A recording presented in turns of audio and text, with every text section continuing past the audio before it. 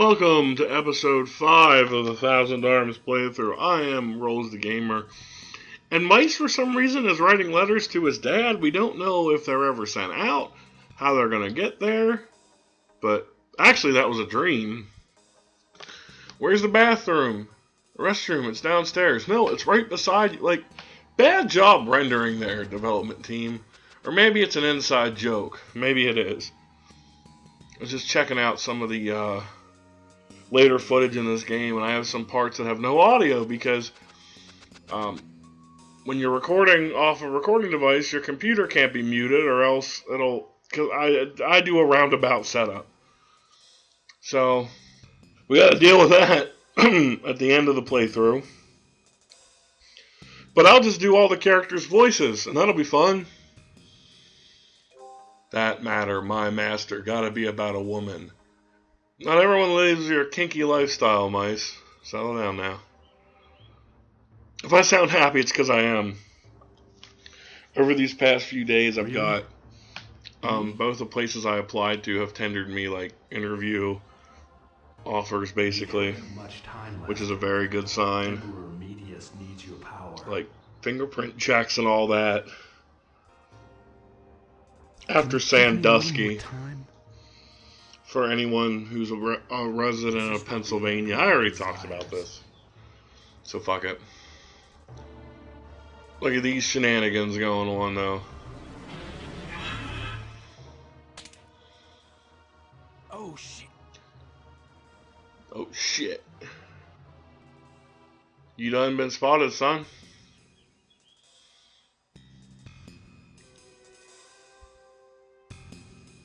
I can barely see.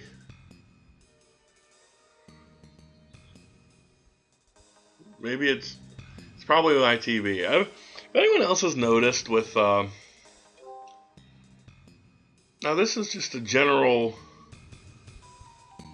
HD flat screen TCL model, and it's okay, but I'm curious as to why it like. No, hold on. Lost Texas chat. Oh. Sorry, I got a phone notification there, and it was a longer one, which means it's more important.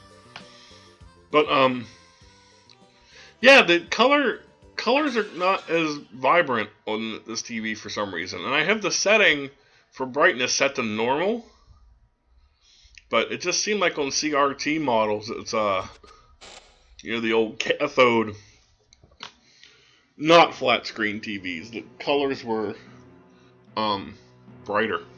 Why won't you teach me? Maybe that'll fix if I were to run these through an HDMI cable into the TV, I imagine, but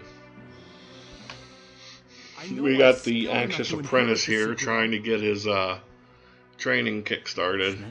Ever since Star Wars, man, I swear, there's always been a scene like this, and at least every other RPG. Your way with the spirit.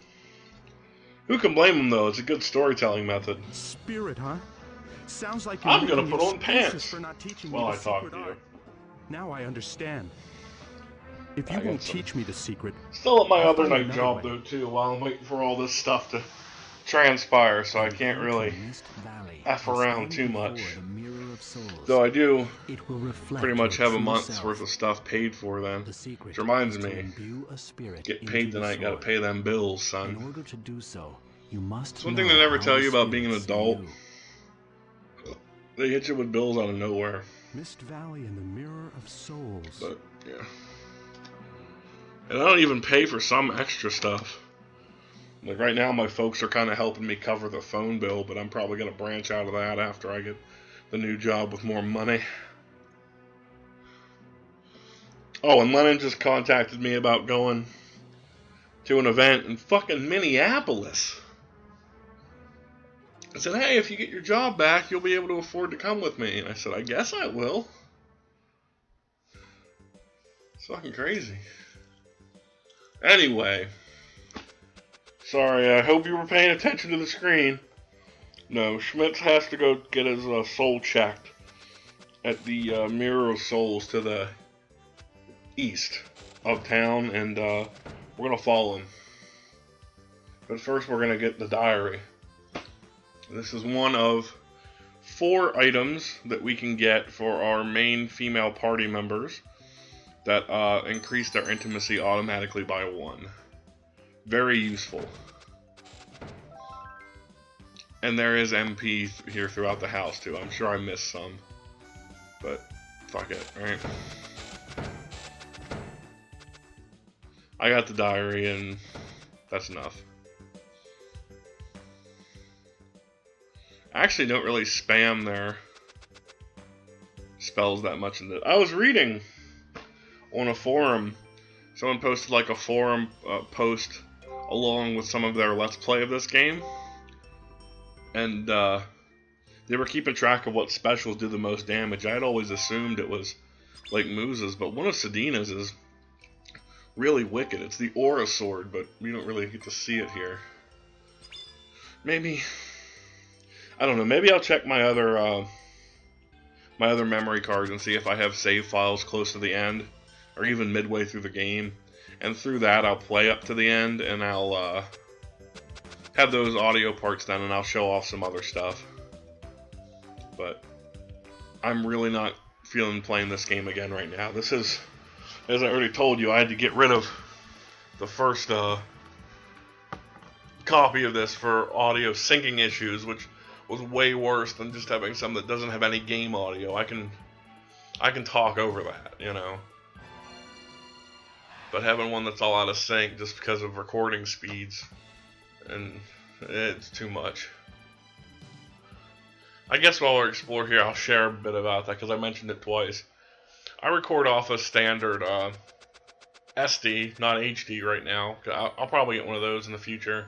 Elgato system with I have like an AV switch box with all my game consoles plugged into the back, and you switch between inputs, you know, depending on what you want to play, and then that's wired into the TV. It's really useful, but on the one input with the plugs in the front, I have that going into the Elgato system, which has splitters on it, like splitting the input between the actual console I'm playing and the switch box. That way, it sounds more confusing than it is. I wish I could draw a picture for you. But basically, so that it can be on the TV and going into the recording device and popping up on my computer at the same time. And I usually just have a headphone in my computer and have that in one ear to make sure the audio is coming through okay. But I guess, I don't know what, I'll never mute my computer again. That's the lesson to learn from this.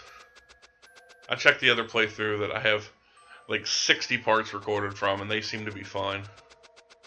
So at least there's that. But yeah, if it's not one thing, it's another, you know. And I remember the fights here, they weren't super difficult. I mean, you're still at low HP, but I tell you, if you grind a little, even a little bit, those levels really last. I mean, they basically last the whole game, because I found in this playthrough, fights were generally easier than they were, like, at my first taping of this. Because listen to me, I'm too old, man. My first recording sessions of this, because it's, I don't know, it just carries over, I think. Like I said, this is the first RPG I really ever played, so it kind of laid the groundwork for that kind of stuff for me before. Good times. I'm sure I mentioned this in the previous parts too, but I went back to using Windows Media Player for recording because I think I was just selecting the options wrong, but it was rendering it like 4:3 instead of just the autofill that it does in this, but whatever. So this is how the spirits see me. Evil energy. It's just a black shadow. All I wanted I thought it was was just like a regular shadow effect, but it's not, I guess. Is this the reflection of my desire? But isn't...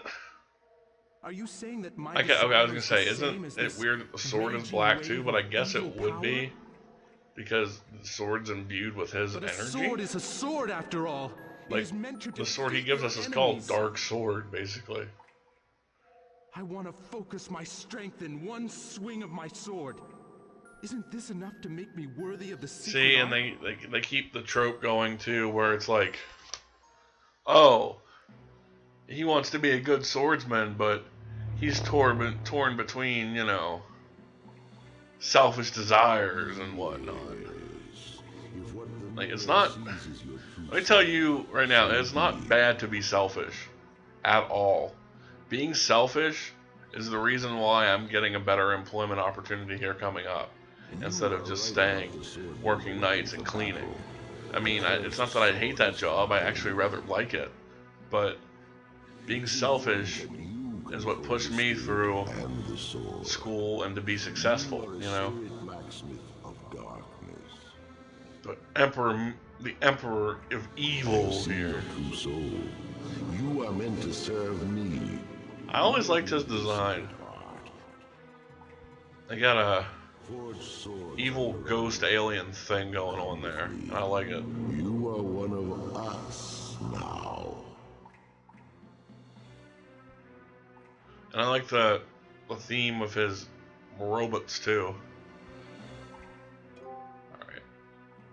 Fortunately, the part ahead where the audios are fucked up is I can clearly tell it was the beginning of the last recording session. And I never noticed this before this playthrough, but look, Mice has a like a light reflection on his. Neat. I guess I never looked at it before. Because the action is kind of happening towards the center and right screen, so my eyes are always drawn away from it. Schmidt! Schmidt!